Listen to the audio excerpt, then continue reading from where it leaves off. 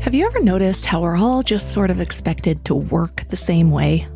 Focus on one thing, follow a linear path, stick with it until you succeed.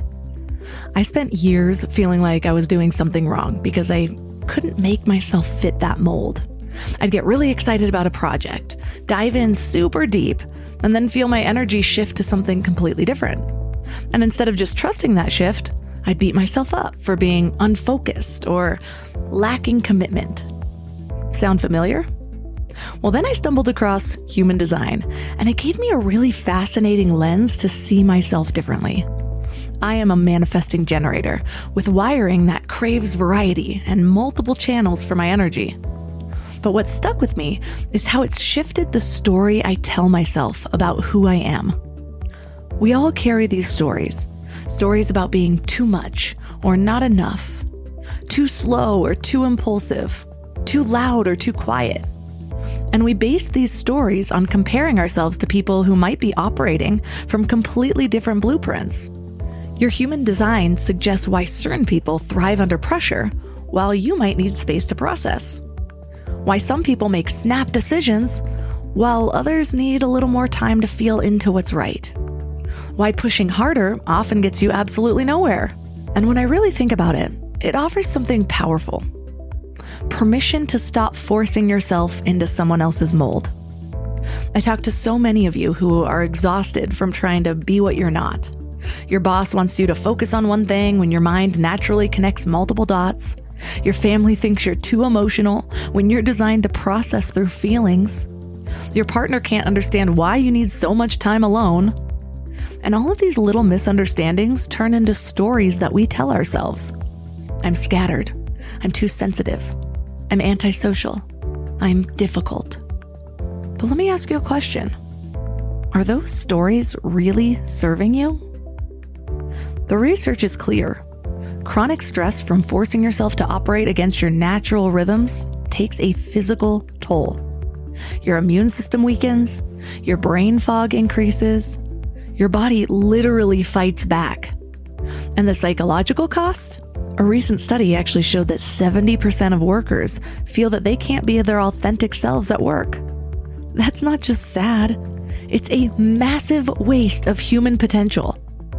When I started giving myself permission to work in bursts of energy instead of forcing consistent output, everything changed. My productivity shot up. My creativity flowed. I stopped wasting energy fighting my own nature. And honestly, I think I loved myself a little bit more. But here's what gets really interesting. Understanding that I'm wired differently has given me genuine compassion for others. That colleague who needs to think out loud, that friend who disappears for days, the family member who makes decisions I would never make. They're not trying to annoy me. They're operating from their own blueprint. Today, our guest is Erin Claire Jones. She has helped thousands of people explore their human design and use it as a tool for better decision-making and stronger relationships. She's offering a perspective that just might change how you see yourself and others. And if you love this episode and want to go even deeper, Erin was actually on this podcast back in episode 160, so you can find that one at mindlove.com/160. In this episode, you will learn how to identify your human design type and what it suggests about your natural decision-making process. Practical ways to work with your energy instead of constantly fighting against it. And how to rewrite limiting stories that come from comparing your path to people with completely different designs. This show is sponsored by BetterHelp. You guys, workplace stress is killing us. 61% of people are dealing with stress levels that are way beyond normal. So if you're feeling it, you are not alone. I used to think I could just push through everything, work harder, sleep less, pretend I had it all figured out, but that approach nearly broke me. I am all about following your joy. If that voice in your head is telling you to make a change, listen to it. Maybe you are ready to quit your job. Maybe you do need to flip your whole life upside down. But either way, you need support and tools to navigate it well. And that's where therapy comes in. Modern therapy teaches you how to set boundaries without feeling guilty, how to manage anxiety before it spirals, how to make big moves from a place of strength instead of desperation. And BetterHelp has over 30,000 therapists and has helped 5 million people worldwide. and you can talk to someone from your couch. No waiting rooms, no awkward scheduling. Therapy gives you the clarity on whether that voice telling you to make a change is your intuition or just the Sunday scaries. But either way, you deserve support. As the largest online therapy provider in the world, BetterHelp can provide access to mental health professionals with a diverse variety of expertise. Unwind from work with BetterHelp. Our listeners get 10% off their first month at betterhelp.com/mindlove.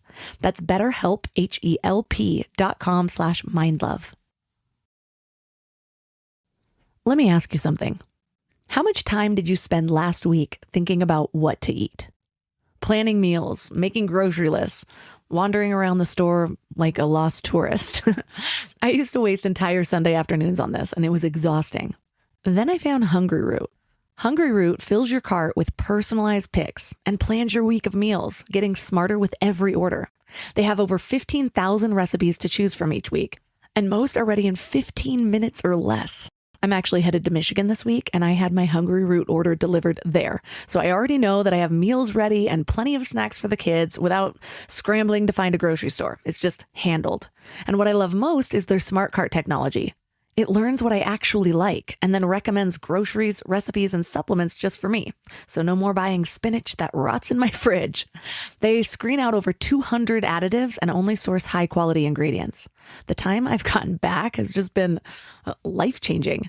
So take advantage of this exclusive offer. For a limited time, get 40% off your first box, plus get a free item in every box for life. Go to hungryroot.com/mindlove and use code MINDLOVE. That's hungryroot.com/mindlove, code MINDLOVE, to get 40% off your first box and a free item of your choice for life. hungryroot.com/mindlove, code MINDLOVE. I think as a projector, you might find that you end up in positions where you are stewarding other people, whether that's as a podcast host, as a therapist, as a coach, as a CEO. Like, you're so good at asking the right questions and kind of making people feel so seen and so understood. People often really kind of love being around projectors because they make them feel so seen. And then as projectors, we're here to be invited into opportunities. So really waiting for people to kind of invite us and see us. You know, when I look at how this book came about, you know, I talked to a lot of publishers, I talked to a lot of agents, but, you know, in both those moments, there was one publisher and one agent that made me feel like so seen and that really kind of reached out and invited me into doing this. And like, those were the ones that were the right fit for me. So just really kind of watching where you feel genuinely invited in and recognized. Turn up your frequency with Mind Love. Bite-sized brain hacks for seekers, dreamers, and doers. It's time to give your mind a little love with your host, Melissa Monti. So I know we've discussed this before, but it's been a while. So what inspired you to make human design and also helping people make aligned decisions a part of your life story? Oh gosh, it was just a very serendipitous moment that really kind of brought human design into my life. If people are unfamiliar, it is a mystical assessment tool that is based on our time, date, and place of birth. And it lets us know how we are wired to thrive in every part of our life, from decision making to relationships to career to parenting. And I was introduced to human design in 2015. I might have told you this story the first time we connected, but I was sitting at a gathering in New York City and had a stranger share my human design chart with me. And it was the most resonant thing I'd ever heard, but it was also very confronting because it felt like he was calling me into a way of being that felt far more authentic, but also I didn't totally trust that it was okay or possible to show up that way. And you know, he then invited me to study human design with him. So it really was this crazy invitation. But I will say, now that I have been sharing the system for 10 years, I think the reason that I stay in it is that I have never seen a system offer such practical tools for people to really use to transform their lives and to learn how to show up in business in a way that feels good and is more successful, to learn how to parent in a way that feels really authentic, to learn how to relate and show up with their partners in a way that feels good and is also really respects how different they are. So I just see human design constantly giving people so much permission to be themselves. And I love being in a position where I get to keep doing that and sharing that with people. Looking back, what's a major life decision that you made before knowing your human design that you realized you would have approached completely differently if you had known it? I think that it was funny, and I actually chose not to do this. So I think that I in some ways was living my design. But when I left the first startup that I was working at, I was like, I want to work in venture capital. Like the idea of like working at companies, and I was working at startups was so fun. I loved founders. But it also kind of came from this place of like, oh, this is like a cool new field, but like not that it felt like what I wanted to do. It felt like more kind of the optics of it. And I chose not to do that and was kind of directed in another path, another way. But I think that like that really wasn't coming from the most genuine place within me. Because honestly, just like I love interacting with people, I love guiding people, I love asking questions. And I think that I have found my way into a career that feels way better and was driven from just a more genuine place. So now you have a new book. Tell us how this understanding of human design has deepened and really what you're teaching people through it now. I think that for so long, I studied human design for a long time. I have studied for a long time. And so I so often would share with people all the things that I learned. But then I started sitting with a lot of people. I've sat with over 4,000 people in sessions one to one. I've had tens of thousands of people that I've done personalized guides for. So I think what has changed for me is that I've really had the experience of sitting with people and really seeing how human design is actually showing up in their lives. Like, how is it changing their relationships, the way they parent? How is it changing their business, the careers they're choosing? And so it feels like so much of what I'm sharing right now is actually driven by story and people's actual experiences, which I think is so much more interesting. I think what I love so much about the book that I've written is that it's not only around how you can use human design in every part of your life, but it is full of so many case studies and so many stories of people actually doing it. And I feel like that just breathed life into the system in a way that I haven't seen before. So I think that the way that I share right now is it feels like it's like coming from the collective wisdom in a way that maybe it wasn't. I didn't have the experience, I didn't have the wisdom, in my first many years sharing it. So I've had an interesting relationship with labels over the years. At times, they're so helpful for understanding myself in a new way. And then at one point in my life, I realized there was a lot of different labels like empath, ADHD that I was using as a crutch. Yeah. And so for me, when I uncover something like human design, Enneagram, those types of things, it's really important for me to use them as a power tool versus a crutch versus, oh, well, I can't do that because it's my human design. So Totally. What do you think is the most empowering way to use the information you receive from your human design to just sort of live more fully rather than keeping you in a box? Yeah, I think, and it's also funny because I look at your design and your design is so much around being like multi-passionate, multi-hyphenate. So your design's very much like can't put her in a box, so totally makes sense that you feel that way. I think that, my approach to human design has always been that this is meant to be an empowering tool and not a disempowering one. And so whenever I sit with people, I always remind them, if anything I share doesn't feel useful, supportive, resonant, please let it go. But I think my kind of orientation towards the system is that it doesn't really matter to me whether it's true. What matters is whether it's useful. Like if I share something with somebody that feels like, oh, I understand why this thing hasn't been working. There's another way. Or, oh, I understand why I haven't been able to communicate this properly. Let me try a different tactic. Then like, I think it's amazing for that reason. So I think when I sit with people, the point is that this is meant to be an empowering thing. And if anything it feels like it's not that, I would let it go. I think it's really easy, like you said, to be like, oh, I can't do this because of this. But human design is never meant to tell you what you can or cannot do. Rather, it's meant to tell you how you can do the things you choose in the way that's best for you. So it's not meant to tell you that you can't be an entrepreneur or that you can't be a parent. It's more like, okay, if you choose to be an entrepreneur, how can you do that as a manifesting generator? If you choose to become a mother or whatever, it's like, how can I do that as a projector? And so I would just say that, like, I would just have that consciousness when you're exploring the system. Like, am I holding myself back and using the system as an excuse? Or am I using it as a way to kind of move forward and choose the things that I want and just do it in a way that feels better to me? I'll give an example of how I found human design really helpful. And it's one of those parts of my multi-passionate personality. So I have, or historically, I remember I was starting my business and I was watching some of my super successful friends. And what would happen is like, I would try a new venture, a new program, a new, little facet of my business.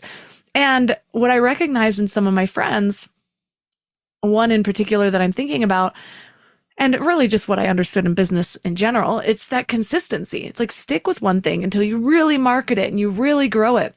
And I had such a hard time with that because I'd be like, okay, I'm going to do it with this one. And then I would. And what I was experiencing is that I would sort of find something out about myself and I'd be like, no, this isn't quite it. This isn't quite the thing that I want to be known for. And I'd pivot. And I recognized I would beat myself up where I'm like, maybe I just don't have it in me to stick to this one thing. And then I got a reading from Human Design and she told me, no, you need to figure out what works for you. I learned that I do identify with my work more than the average person, that multi-passion. And so it allowed me to kind of hop around. This might have made success a little bit slower for me, but I also realized I probably wouldn't be happy if I had done it the one way that I had learned. Yeah. And so for me, with what I said earlier about putting me in a box, I didn't want to use that as an excuse to not follow through with something, but I did suddenly realize what I was looking for. And that was really true. I needed to find the thing I wanted to be known for. And so it gave me permission to do that, but also be aware of my tendency to jump around when I did find the thing. So that was a really big shift that I still think about on a daily basis in my work. Yeah. I mean, it's interesting. I think when I first started sharing human design, I really feared that it would feel too prescriptive for people, that it would be like, oh, I feel put in a box in a way that feels confining. But my experience with people is that when I share their human design with them, they're just like, you have given language to my experience in a way I've never experienced before. And I feel so liberated to like just do things in a way that works for me. So I just haven't had the experience really actually at all so far around people feeling confined by it. They often feel expanded by it because like you said, like you've had the life experience of being like, I need multiple things to stay excited. I need things to stay fresh and new. Like that is so who you are. Like innovation is built into your design. So like you sticking with one thing forever is like, it's just not going to feel good for you. And for you and your design, when you're genuinely lit up and excited, your energy is so vital and so charismatic and so magnetic. And like, that's just worth it. You know, when I look at my design, like my design is so much around my energy ebbing and flowing, like not having the energy to do all the time. And I have tried at so many points in my life to try to be that consistent doer, and I just can't do it. You know, it's just like not where I thrive. And so I can resist that as much as I want, but like you, it's like every day I realize like the more I allow rest, the more I allow space, the more successful I am. And so I do think there's this level of like giving language to things that we actually already know and just giving ourselves more permission to step into it. Like you already know that you're not content pursuing a linear path. I already know that like going back to back all day long, like I'm just not great. I'm not very effective. So it's like, it just reminds us like that's okay. And we can be successful that way.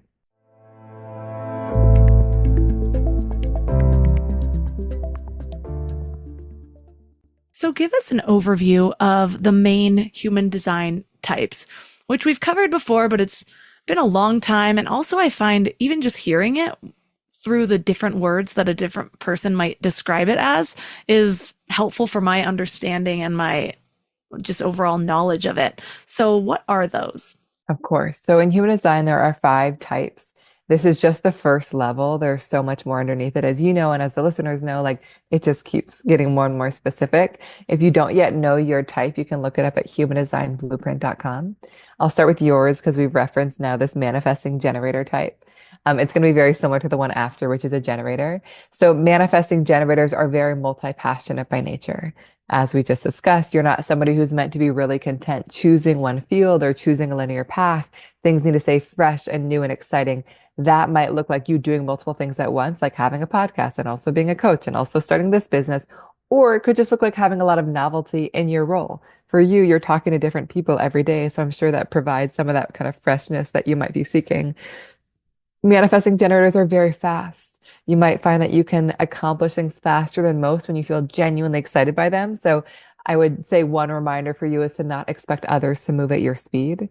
Efficiency is one of your gifts, but not a gift shared by everyone. And I have so many manifesting generator clients that are disappointed with the comparatively low capacity of others when it's like nothing's wrong with them. They're just different. And human design is such a cool tool to realize how different they are and what their distinct gifts are. I would say as a manifesting generator, when you're genuinely lit up, you have so much energy to do and create and build. And so it's to everyone's benefit in your life that you really prioritize the things that fill you and really kind of create space to do the things that move you on a daily basis. And the last piece that I would share is that you are somebody who's very magnetic by nature. You are not meant to go after life and chase after things or come up with ideas out of thin air. It's really about what shows up in your world, what naturally sparks your gut, and kind of following those natural breadcrumbs and seeing where they lead you, even if they lead you in unexpected directions. How's that all feel to you? It's exactly me. It's funny. I don't know if anybody's told me the part about being disappointed in other people's output.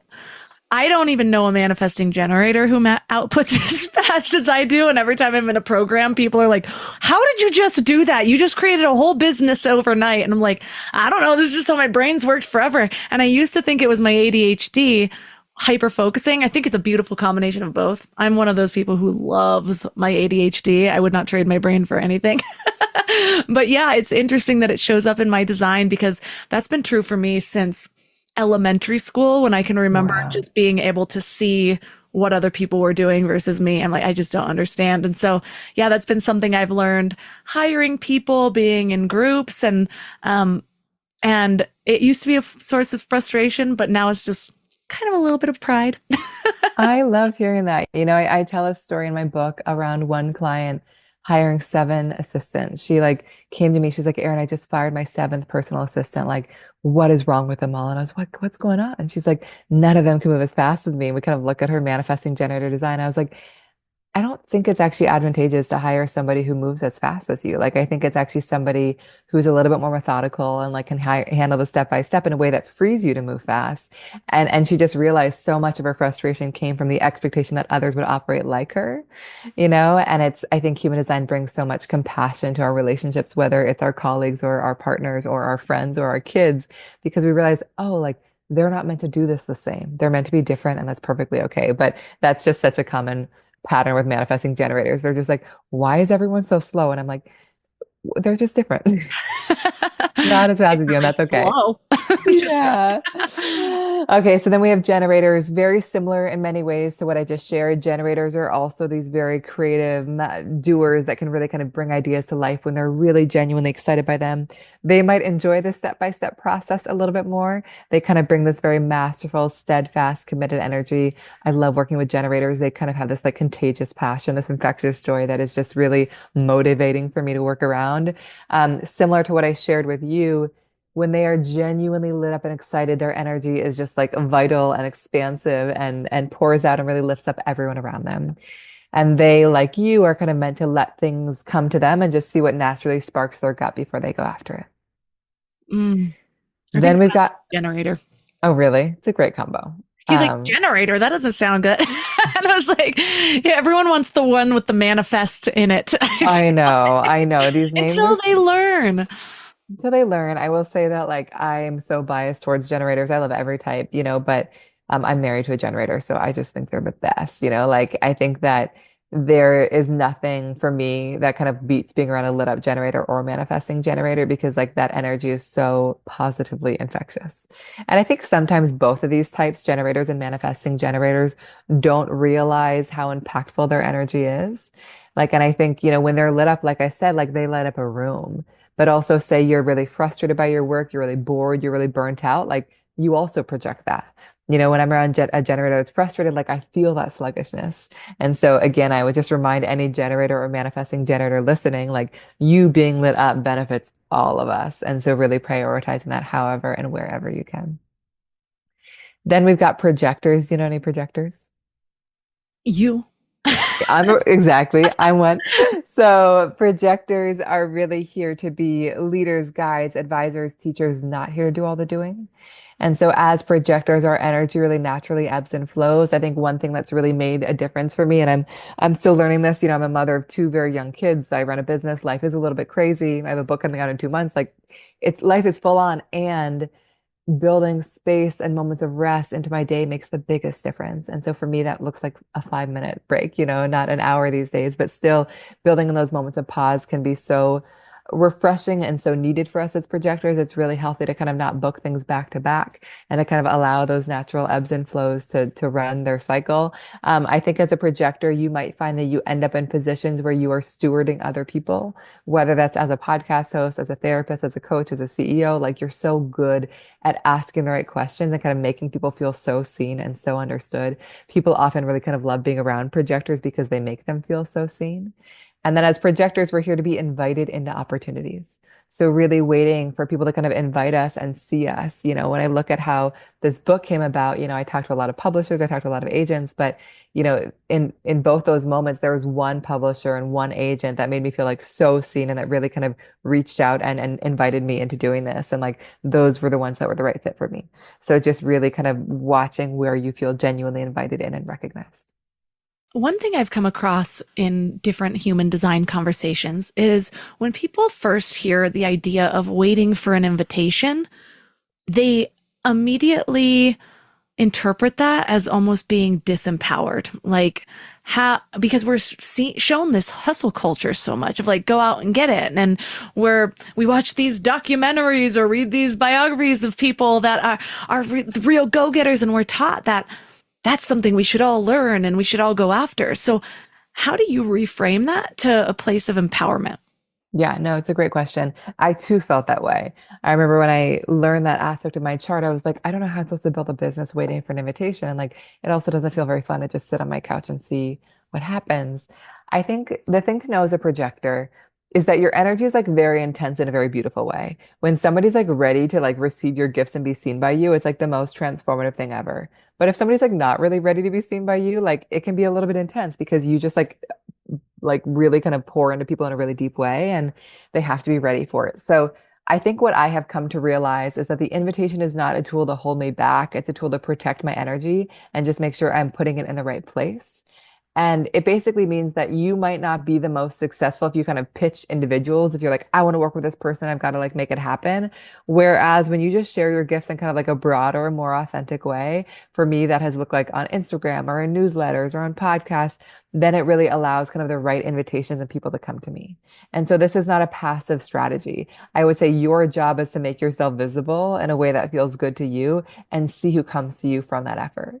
And so that for me has been far more successful than kind of any other pursuit. So it's not about doing nothing. It's just about kind of seeing what happens when you put yourself out there. Does that feel clear? Yes, it does. And it's everything I believe in.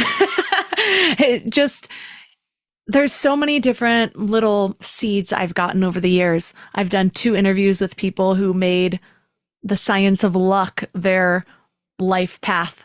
And we think like just being lucky is just doing nothing, but you have to meet the universe. You have to put yourself out there. Go on podcasts, tell your story, you can sit there and learn to own your story or learn to really get clear on your vision. And those are the kinds of things that make you magnetic, that make the vision magnetic. And then you'll just find people coming to you. So I love how you said it's not something passive. It's not just waiting for success to find you. You have to do your own, even if it's the inner work, to create room for that success or to put yourself out there to the people who are going to come to you. But that's when life starts feeling magical. 100%, and I would say that no strategy is meant to be passive in human design. And I even had a moment, I don't know, a few years ago or like 8 years ago where I was like, oh, I can't like reach out or do anything because of my strategy. And my husband just like really called me out on it. He's like, it's really not what your strategy says. I'm like, I was just totally using that as an excuse. Like I'm gonna, be braver, but being visible felt scary, so I was kind of using that as a moment to hide myself then. But there are ways to be proactive with every single part of our chart. It's just going to look a little bit different. And I have found that over and over again. I have tried the other strategies, trust me, and they just don't work, and I still try them only to be reminded time and time again, this is the way that really does work the best for me. Yeah. And even looking at my path, because I know there's an element for manifesting generators that's sort of similar, right? That's just like letting things come to you. Yeah. The difference here I would say is that like with projectors, we're waiting for like a direct invitation for me to be like, Erin, like I want you to do this. Whereas you're kind of waiting for a response to anything that shows up in your world. So you could listen to a podcast, you could see a job posting, you could like have an idea spark for a business from a mastermind. And like you're just waiting for anything that just like sparks you and to follow that, even if it's not directly pointed at you. Yeah. Does that feel clear? It does. And I'm really big on acting on inspiration because I feel like inspiration is a gift.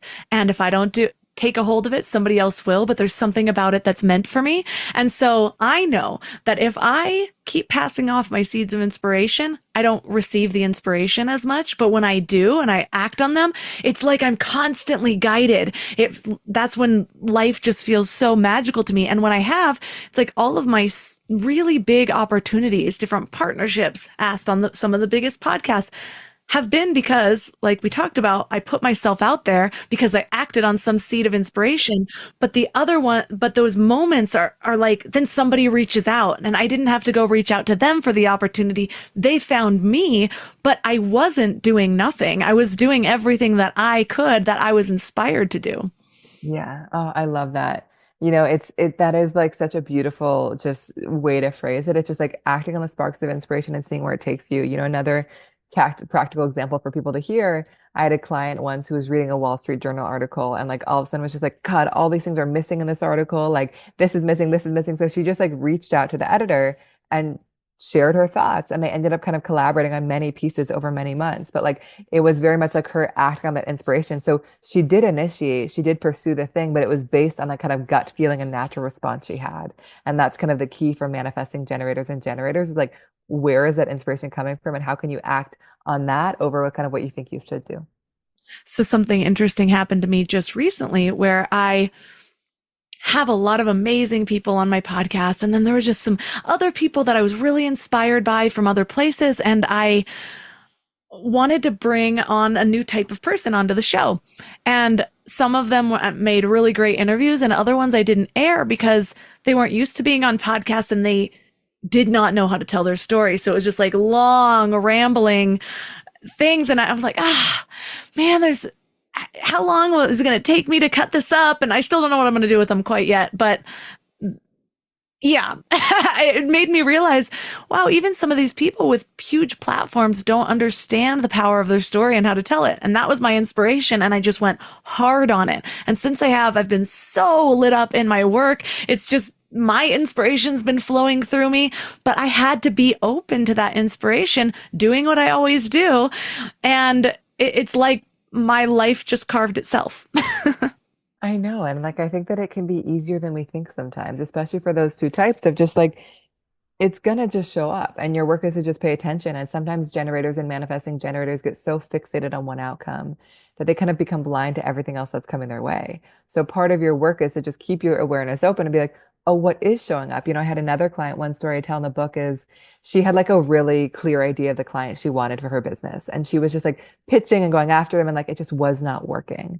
And then she went to a mastermind weekend and somebody like suggested like a totally different concept, a totally different field. And yet her gut was like, yes, explore that thing. And she trusted it. And then she kind of built a business based around this idea that was so unexpected yet felt so right. And that's kind of the dance and magic of generators and manifesting generators. So which ones haven't we covered yet? We haven't covered manifestors and reflectors. So manifestors are very disruptive, innovative people that are kind of meant to just bring new ideas into the world. Their gift is often not finishing everything they start, but just breathing life into new projects. And so often manifestors have been made to feel like they're like flaky because they can't finish everything they start, but like that's just not their role. They tend to be a little bit provocative. So it's really good to kind of be in spaces and be with people that appreciate kind of how disruptive they are and how they really are meant to kind of spark new things in the world and people around them. Their energy is very cyclical. They can have bursts of energy that last a couple hours, days, weeks, followed by moments of kind of rest and pulling back to be alone. So they are not meant to be on and available 24/7, but kind of honor when the inspiration comes. It's so important for these people to take rest because when they take rest, they kind of create space for new ideas to kind of bubble up within them. And their strategy in human design is to initiate. As soon as that kind of spark arises, just to follow it, even if they have no idea where it's going to take them. And a second part of their strategy is to just keep the people around them in the loop. It's often very tempting for manifestors to kind of go off and initiate ideas and not let anyone else know. And then people can be very resistant and just feel like a lot of friction in a relationship. So just like giving people a heads up before they take action can bring a lot more ease and harmony into their relationships. Amazing. And so manifestors are like one side of the manifesting generator, but just without that also tendency to do. Yeah, like manifestors are doers in their own way, but just like at moments and to bring new ideas to life. I think the difference here between manifesting generators and manifestors is that manifesting generators tend to have a bit more of that consistent doing energy, whereas manifestors, it can ebb and flow. And also, manifesting generators are meant to kind of let things come to them. And then once they feel lit up, then pursue it. Whereas manifestors don't kind of need any external prompting from the world. It's just waiting for that inner spark to arise. I feel like I've worked for some CEOs that are manifestors. They're great at there's been two CEOs I've worked with where they didn't, they had the big idea, but then they brought together all of the people to do, and it changed the way I looked at business because so often we think, but how am I going to do that? How am I going to create an app? I know nothing about development, or how am I going to do this? I know nothing about marketing. And it's like, some of the most successful people in the world knew nothing about how to actually create the things they were creating. They just knew it had to be created, and they brought together the Yeah. right people to do so. Exactly. Exactly. And they're so good at that. And they're so good at kind of lighting a fire under others to kind of move in a new direction. So reflectors. Reflectors are the rarest type, it's just 1% of the population. These are people that are very sensitive to their environment and they're always kind of taking in and mirroring back their environment. So it's so important for them to be very ruthless curators of who they're spending time with and where they're spending time because they're taking it all in. They're so wise. They can just see and sense things that most people don't experience in a space. So it's really best for them to kind of be in positions where they're invited in to share their perspective and all that they see. And they're very fluid people. They might have days where they feel like a manifesting generator like you, like a projector like me, like a manifester. And their job is not to try to kind of put themselves into a box and be just one thing, but really honor whatever feels like them that day, knowing it's all them. And their strategy for really kind of pulling the most aligned opportunities their way is to really just place themselves in spaces that feel good. Cafes, restaurants, cities, co-working spaces, because that really kind of pulls the best experiences to them. Mm. Put together your dream team of types. If you were like in your company, you're the top with the ideas. What types of people do you have in which roles?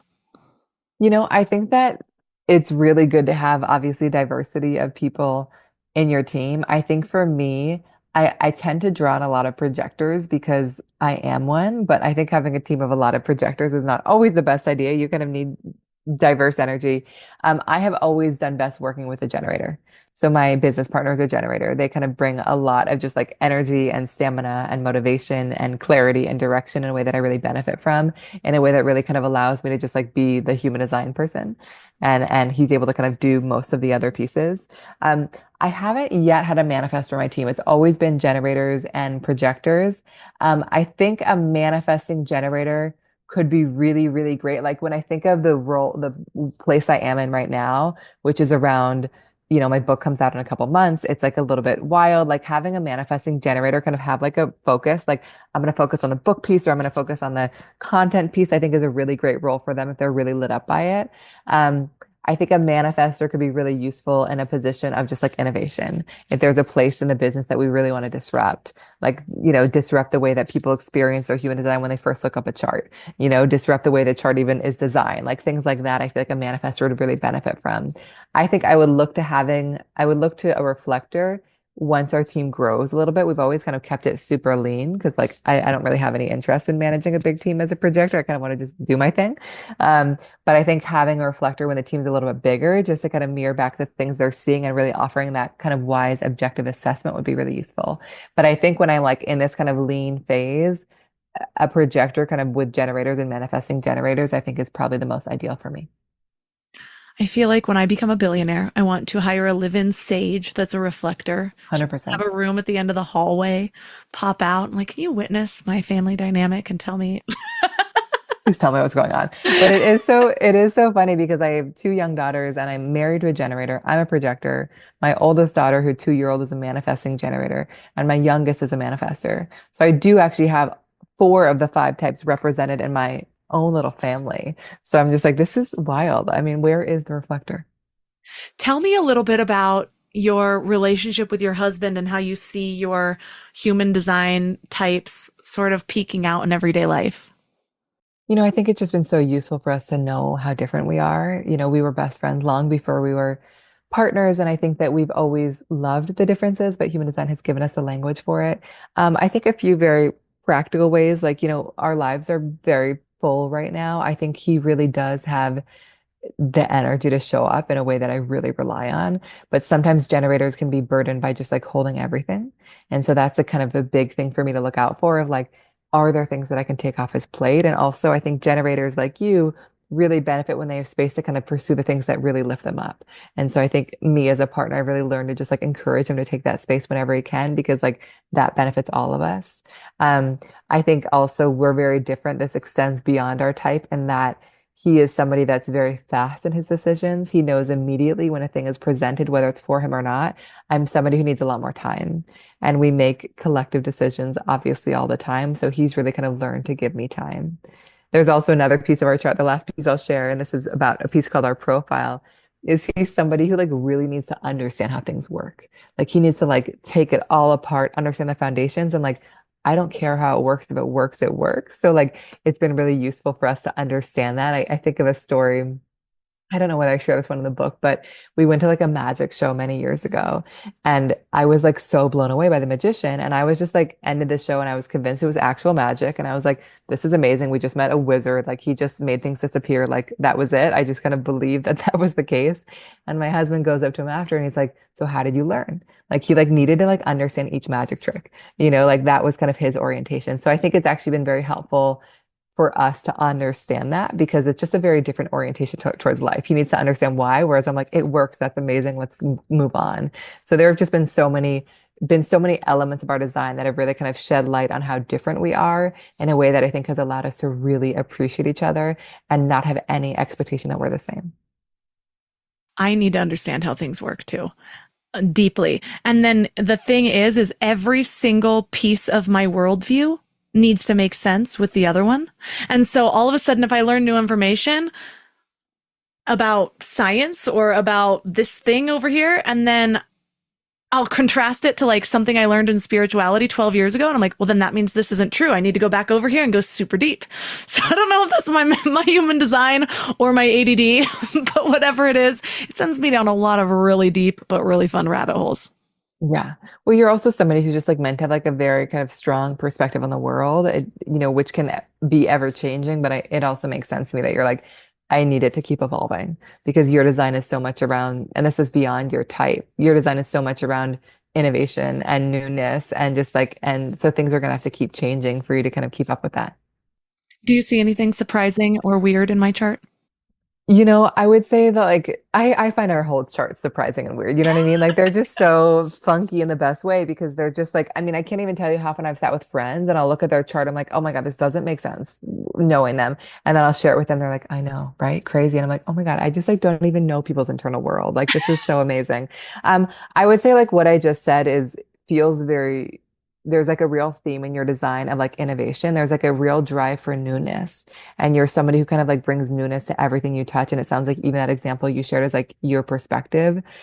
You have one of my favorite channels in human design, and it's one of my favorites because I too have this channel, but it's called the Freak to Genius, which is a weird name. I don't use that name in my teaching, but it basically means that like you are somebody who's here to have like kind of weird, very like cutting edge, interesting perspectives on things that can feel like a little bit alien and out there for some people. Like you just kind of see things light years ahead of other people. And why it's called Freak to Genius is that when you share those insights with people that are ready to hear them, like say your podcast listeners, people that are really opting in to like hear your point of view, like you can be seen as an absolute genius. But if you share them and force them on people that are not ready, like you can be seen as a total freak, because people are like, what in the world is she talking about? And this was really my experience with human design, because like I really kind of forced this knowledge on, like I was like, I want to bring this to companies immediately. I worked with hundreds of companies now. I love bringing it to corporate context, but like I kind of like entered that a little bit early, and I was just like really trying to convince people of it. Whereas there were like so many people like ready to learn and excited to learn. And I was just like, oh,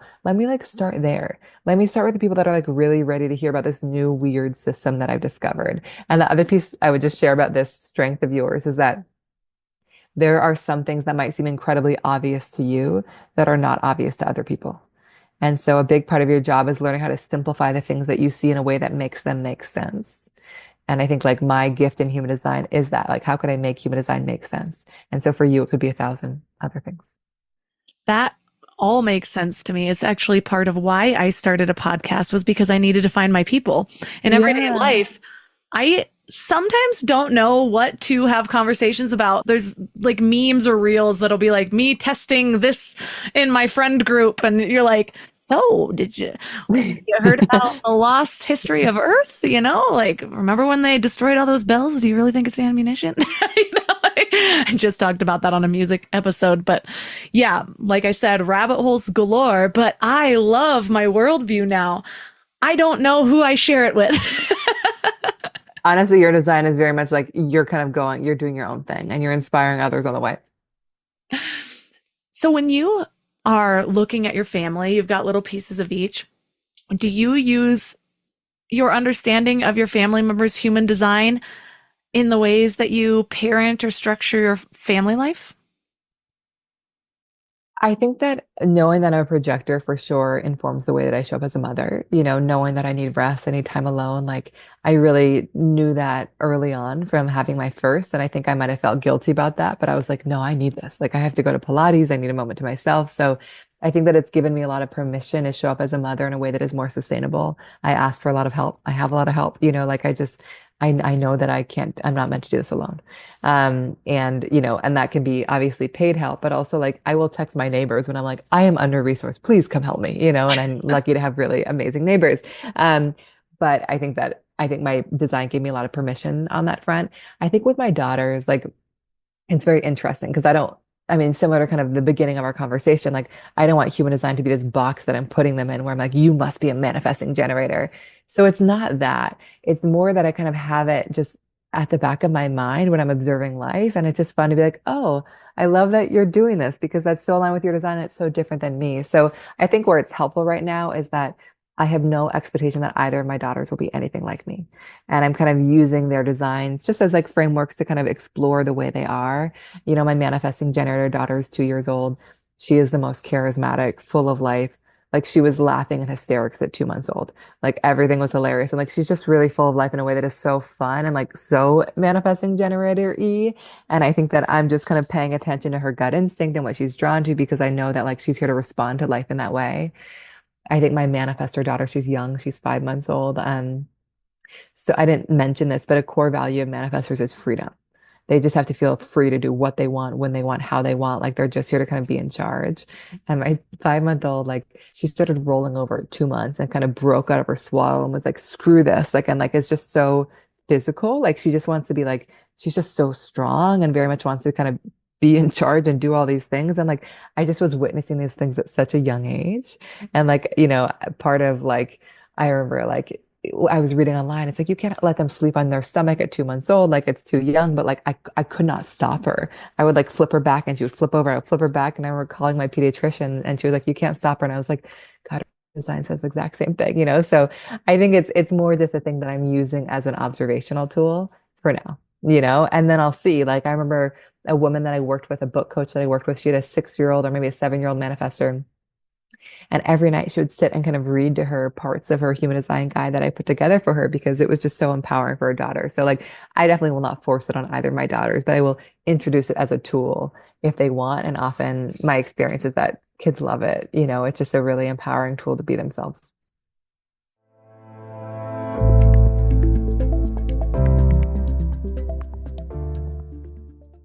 That sounds like my baby, my first one. He would not be in the swaddle, but he's a projector. And so I need to look up my other one. But yeah, Bravery's a projector. And somehow we laugh, he's going to be like a little CEO or a manager or something. Totally. He's telling people what to do all the time. Well, projectors are like so well suited to be leaders, but like an example of that, just quickly, like knowing that you have a projector kid. Projectors thrive with like words of affirmation and recognition. They love to be invited in. They love to be asked for their perspective. So like there are just ways where it's like, oh, like let me just like make sure that they feel really recognized so they don't have to go seek it out. Let me ask for their perspective. Like let me create space for them to share it because it is so valuable. So like there are just ways that you can like create space for them to kind of be in their magic at a really young age.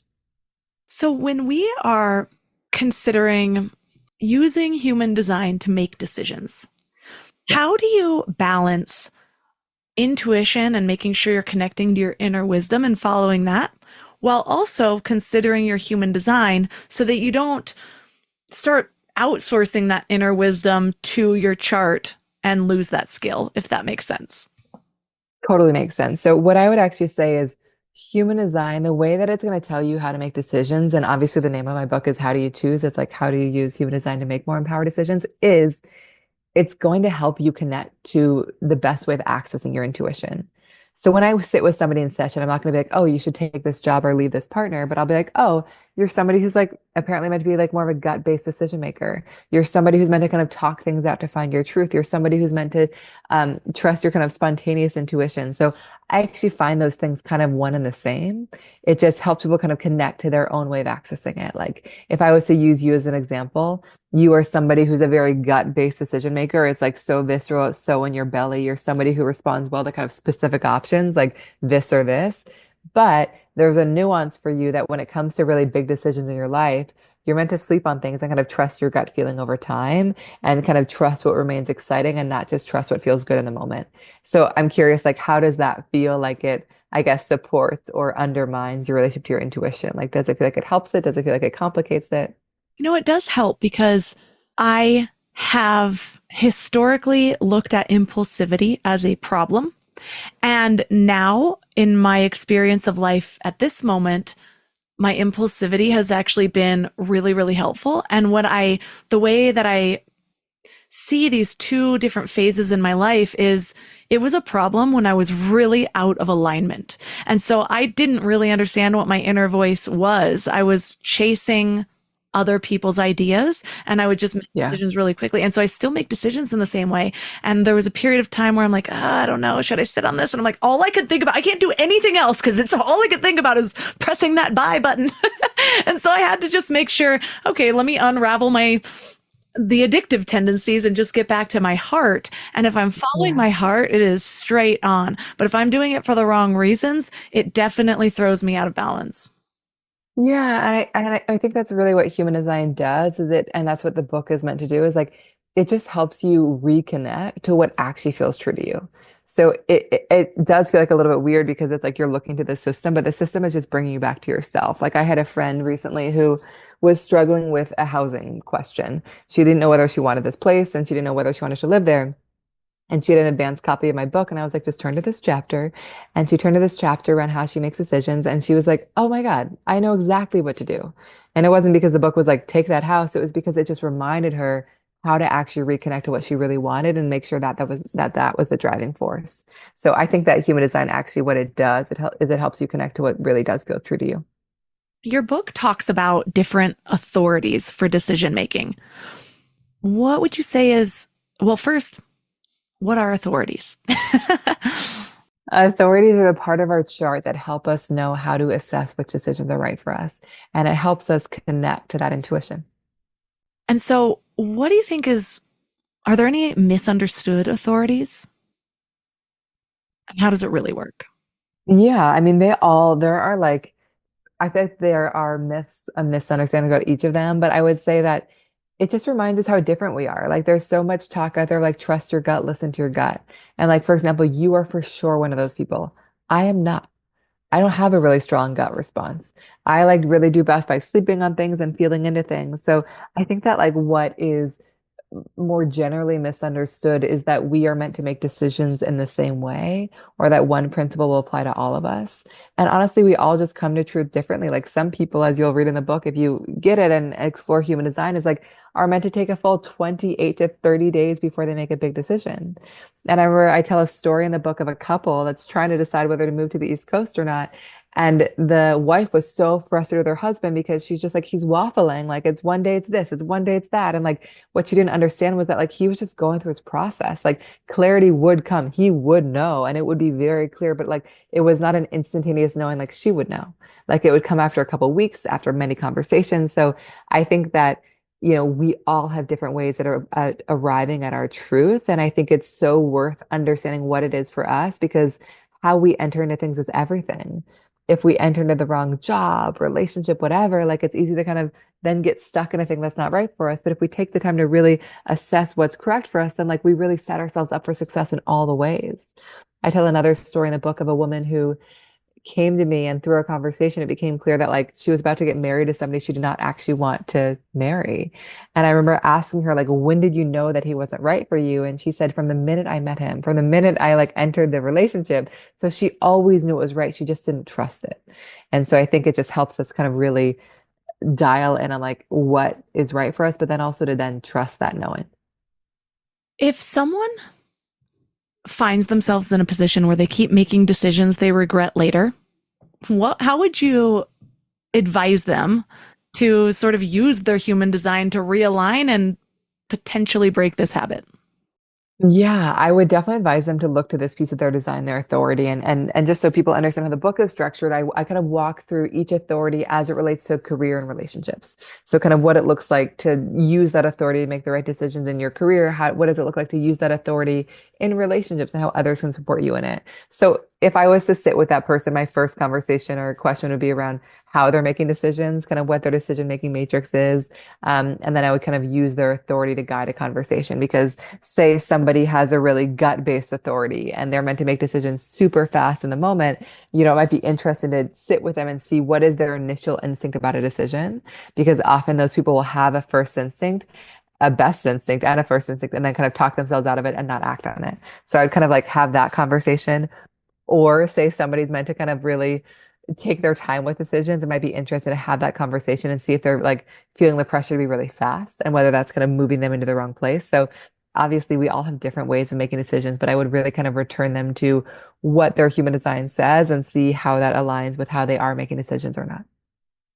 I'm realizing I thought my husband, for some reason, I thought I remembered him being a generator, but he's actually a projector.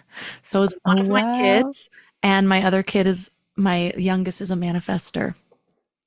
Oh my gosh. So you're the one manifesting generator. You're the one kind of generator energy in the household. Do you notice that at all with your husband around maybe his energy being a little bit less consistent than yours and kind of needing the breaks? Yeah, yes, and he is the most consistent person I know as of like when he discovered in college, I think I want to do graphic design, and he's stuck to it his whole life without questioning that. That blows my mind because it's so different for me. And it's Yeah. been the most beautiful partnership because I truly credit my commitment to entrepreneurship, one, to feeling like my life was ruined and I couldn't do anything else. But the other one was watching him. And so we create in very different ways. He runs a team. He's really great at running a team. I relate to what you said about not wanting a big team. It's not like his team's huge, but there's probably 10 people on it now. And I would rather have like two VAs and then outsource some things to his team.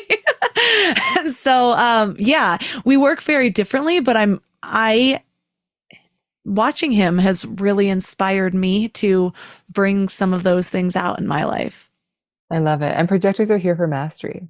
They are here to like master a thing and just become really great at that thing. And it's really unsurprising too that like he's good at managing a team and stewarding people because that is one of their gifts.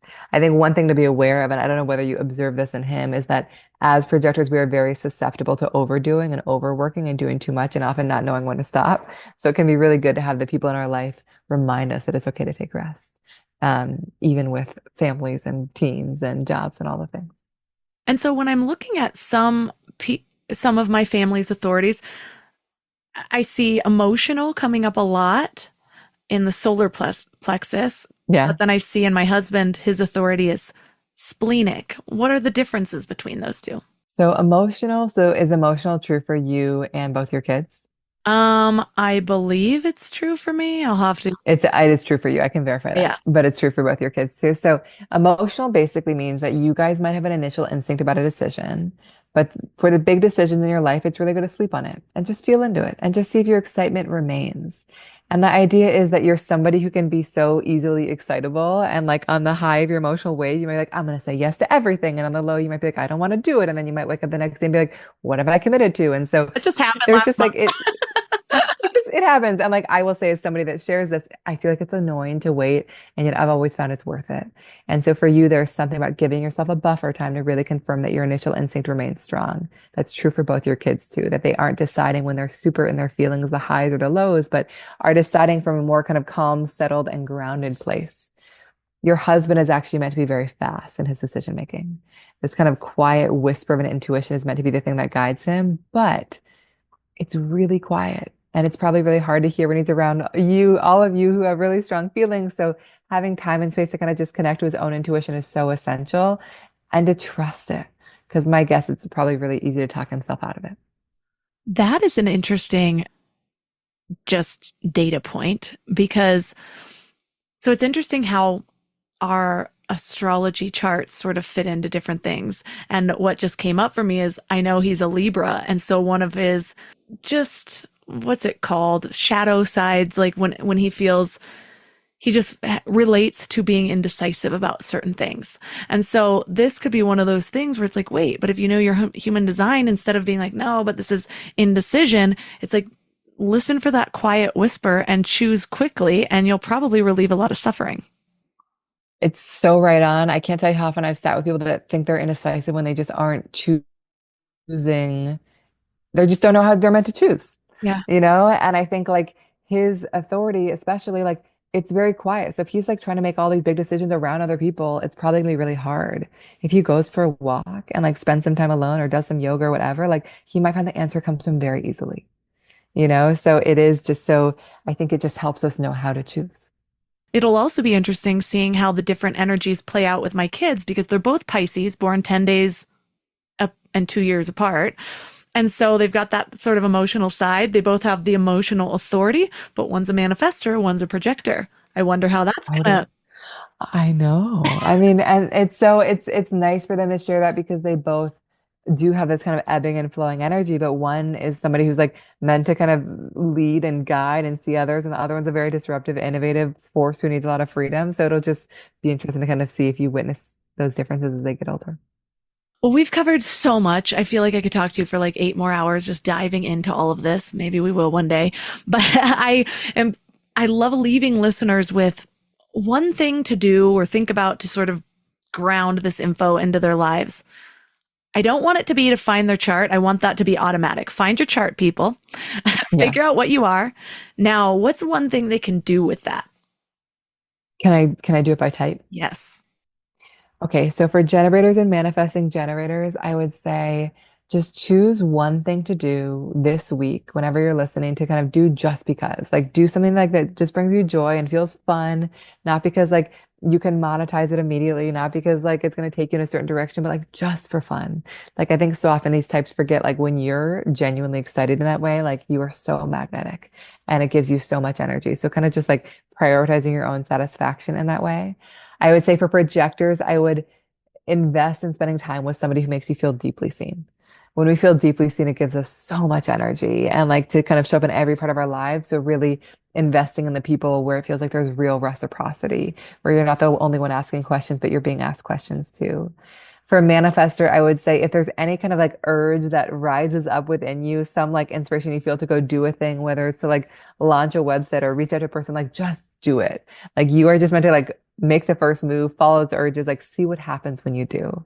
And for a reflector, I would say spend time in a space that you love just because you love being in that space. You might be so surprised by the things that arise, but you being in the right space makes the biggest difference and gets you in the right flow. Well, thank you so much for just all of the knowledge that you bring.